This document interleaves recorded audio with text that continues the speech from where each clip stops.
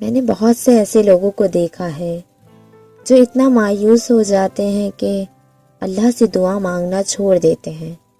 شاید میں بھی ان میں سے تھی، لیکن یہ تو ناممکن ہے۔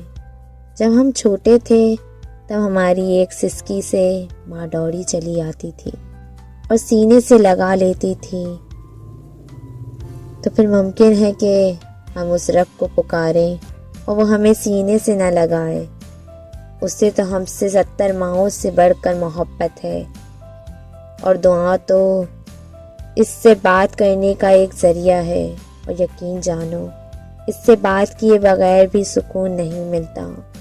دعا ہمیشہ قبول ہوتی ہے، وقت کا انتظار کرو۔ ہم کیوں دعا کرنا چھوڑیں؟ ہم کیوں مایوس ہوں؟ وہ دے گا، اور بس وہی دے سکتا ہے۔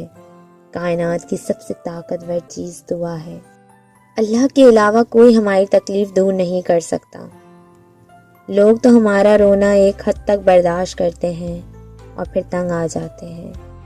لوگ ہمیں صرف نارمل دیکھنا چاہتے ہیں۔ اللہ کے سوا کوئی نہیں جو سمجھ سکتا ہے کہ ہم کیا محسوس کر رہے ہیں، کیا گزر رہی ہے ہم پہ۔ اللہ کے سوا کسی کے سامنے اب دکھ غم بتانا سراسر بے وقوفی ہے، کیونکہ اس بھاگتی زندگی میں کسی کے پاس اتنا وقت نہیں کہ وہ ہماری تکلیف سنے، اس کو محسوس کرے۔